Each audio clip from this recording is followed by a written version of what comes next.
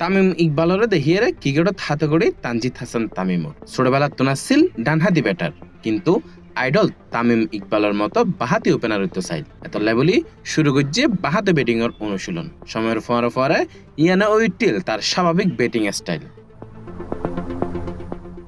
2010 সালত লর্ডসত ইংল্যান্ডের মাটিত বাংলাদেশের প্রথম টেস্ট সেঞ্চুরি করছিল তামিম ইকবাল। আর 16 বছর পর ডারউইনত অস্ট্রেলিয়ার মাটিত বাংলাদেশের প্রথম টেস্ট সেঞ্চুরি নিয়ে তানজিদ হাসান তামিম ক্যারিয়ারের মাত্র দ্বিতীয় টেস্টত খেলতে নামবে। হ্যাজলউড আর কামিন্সের সামনে খেললে 101 রানের দুর্দান্ত ইনিংস।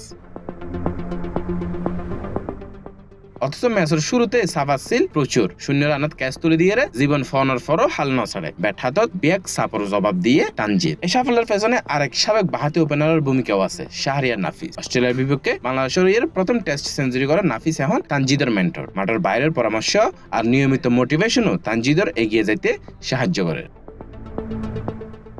আর এই সেঞ্চুরির পরে বদলে গিয়ে বাংলাদেশের ম্যাচের চিত্র। অস্ট্রেলিয়ারে 198 রানে অল আউট গড়ানোর পর দ্বিতীয় দিনের শেষে বাংলাদেশ 351 রান তুললে 153 রানের লিড লইয়ে। মাত্র 6 দিন আগেও 54 রানত অল আউট হওয়া দল লয় এখন অস্ট্রেলিয়ার মাটিত এগিয়ে আছে। ক্যাচ মিস গড়িয়ে আলোচনাত আয়া তানজিদও শেষ পর্যন্ত সেঞ্চুরি করে হইতে ম্যাচের নায়ক। তামিমর আদর্শে বাহাতি হওয়া তানজিদ অস্ট্রেলিয়ার মাটিত এবার লেখকে নিজের ইতিহাস। Desk report, C plus TV, Chittagong.